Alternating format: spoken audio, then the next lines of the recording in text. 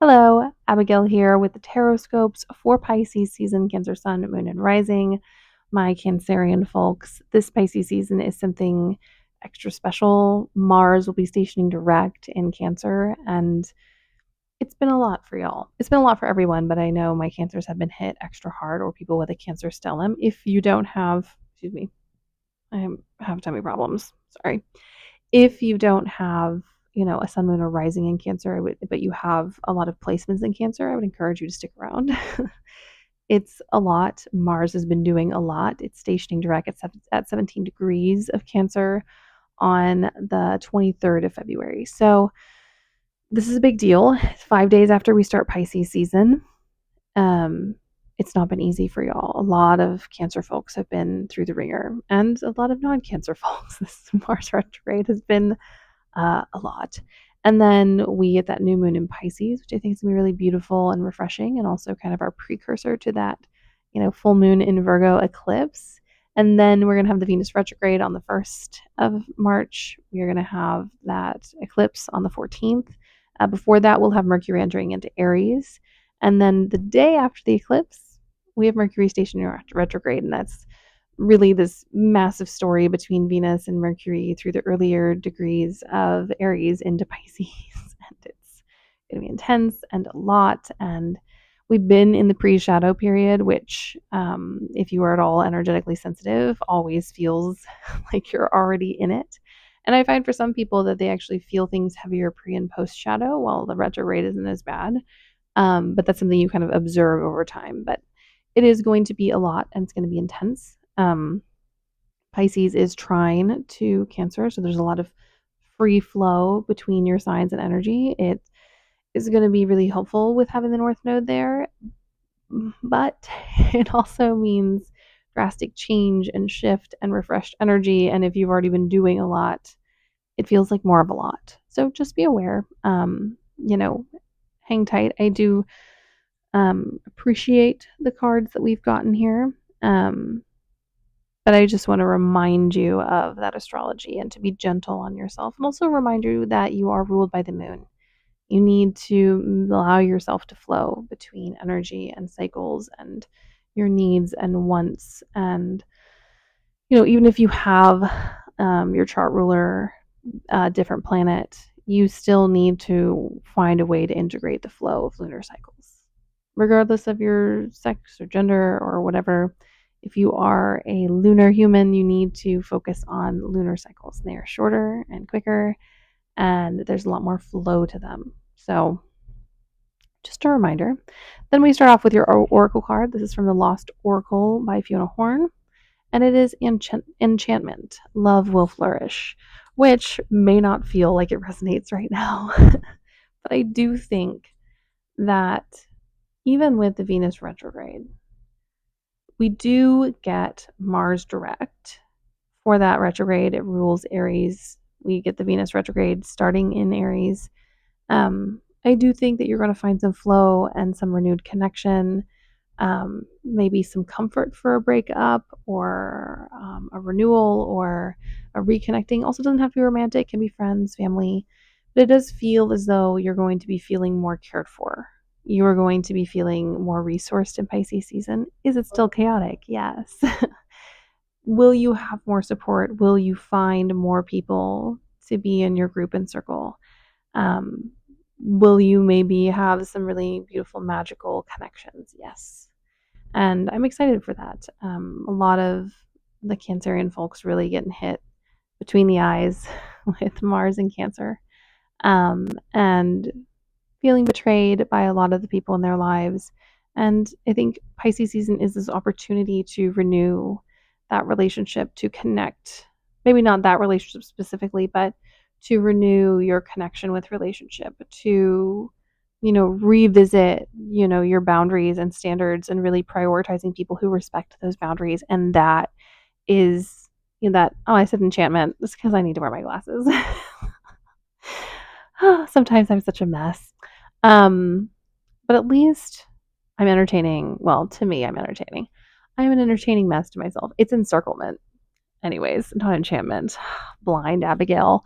Um, you know, you're going to find that connection. You're going to find that care and that closure and that feeling of being held that, cancers often give to the world but don't always get back, which, is not really right. You deserve to also feel that care and that connection that you so beautifully bring and give to the world.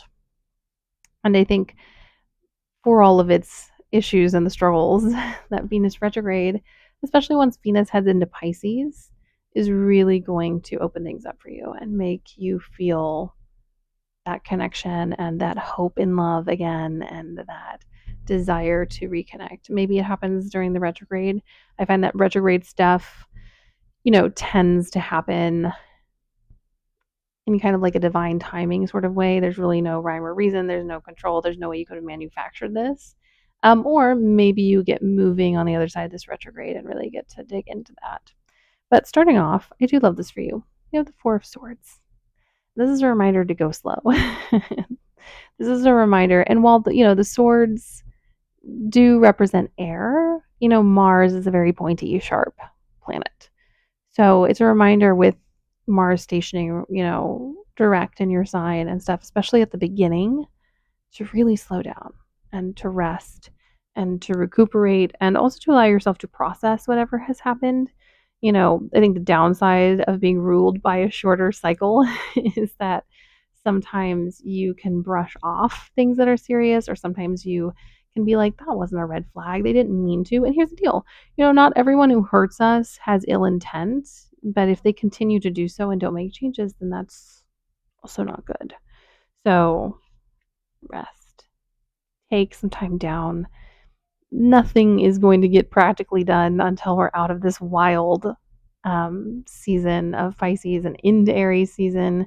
It's going to chill out a little towards the end once we get out of the eclipse portal, but you don't need to do anything. And anything that happens at this time is going to be really preordained, and the universe will be taking the wheel.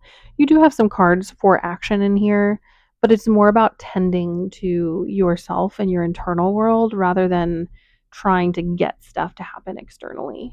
The universe is taking care of that to an extreme in this time in this season. Allow it to work. And it's already kind of taken the wheel, as you probably noticed, so let it continue to do so. It can be really scary, but it's also comforting to know that you don't have to activate something all the time. And some cancers I know, depending on their placements, are very chill about this. And some cancers I know, especially if they have Capricorn placements, are not very chill about this. So it really just depends on your own personal chart if you're going to take this advice or not. But regardless, you should try. I don't know if you could hear the traffic, but it agreed with me. And then we have the Page of Wands. This season is not just about resting and renewal in the sense of kind of like regeneration through, sleep. It's also about connecting to your desires. This beautiful Page of Wand is about this honest desire to bring beautiful things to life in your life and in the world at large, and to really approach things from a place of excitement and newness. I know this Mars retrograde and the energy has just felt soul sucking. And every once in a while, I meet a person who's feeling pretty chill about it. It's actually a lot of Capricorns. They're like so relieved to have Pluto out of their sign that they're like, nothing can shake me. And you know what? They're not wrong. Um, but a lot of us are feeling drained, emotionally exhausted. It's now the time to stop pressuring ourselves to be creative, pressuring ourselves to come up with something new, and really just letting ourselves be interested in something. Really just let ourselves kind of find our way by, and it sounds very it sounds very Hallmark movie of me, but find our way with our heart, to really trust our interest and desire to show us the way to the things that are going to become really pivotal in our lives moving on. It's going to have to happen organically, and we're not going to have a whole lot of control over it, and that's can be frustrating. But we're going to find some really beautiful and precious things in this season. And just because they maybe aren't as big or as grand as some things, or maybe they're not fully formed yet, it doesn't make them any less important and beautiful and valuable. So keep an eye out for those kind of little magical gifts, those little inspirations. Also, I know we're in late stage capitalism and I have this problem too, but like If you find an interest or a craft, don't rush to monetize it. Maybe it is going to be a really great source of income down the road. Maybe it is going to be a staple that works for you. But don't start out that way. Don't instantly put it in a box of needing to be productive. Don't instantly start to kind of find a way to exploit your joy, because we live in a system where exploitation is an acceptable form of creation. And this is not to get down on you for needing to find ways to take care of yourself. Like I said, have the same thing where I'm like, I really love this, but I also have to make money. But I encourage you to try in this season to just do something for pure joy, to just do something because you love it, because it's authentic to you, because you desire it, and let yourself live in that desire. I think it also kind of ties back to this card, the encirclement card. I still kicking myself for calling it enchantment. It's the Virgo in me.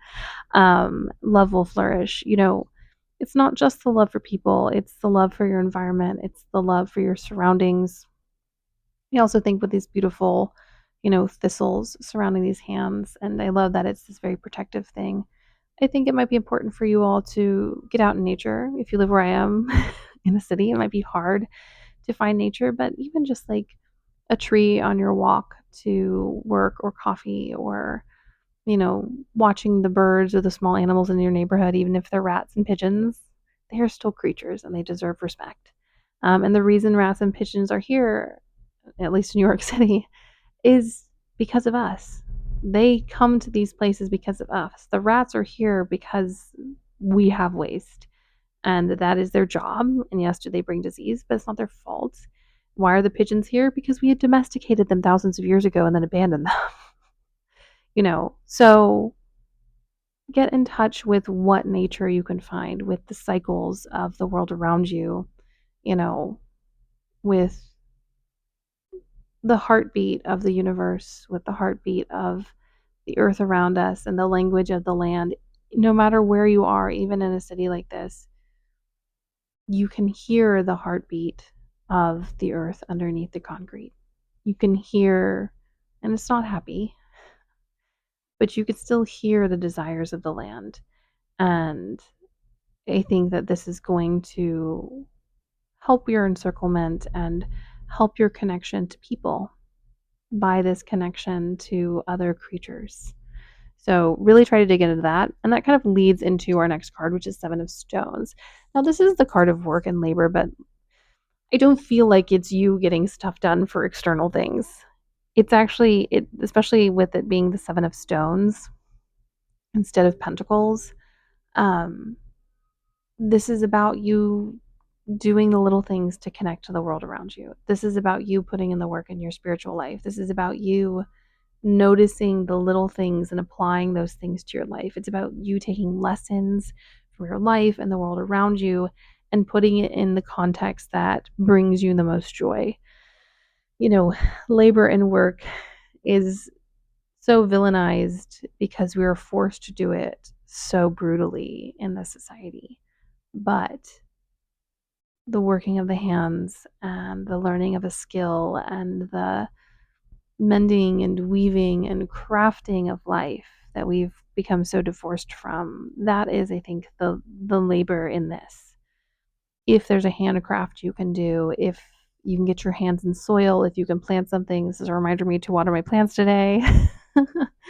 um, do that. Connect to things. Also, it's about the mundane things, it's about the little things.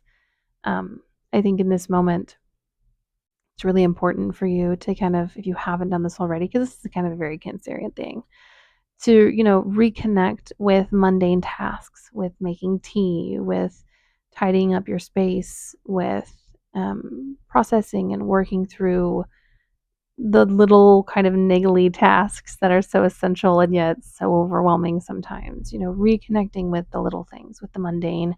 It also goes back to our Page of Wands about finding little sparks places. You don't need a big spark to get a big fire.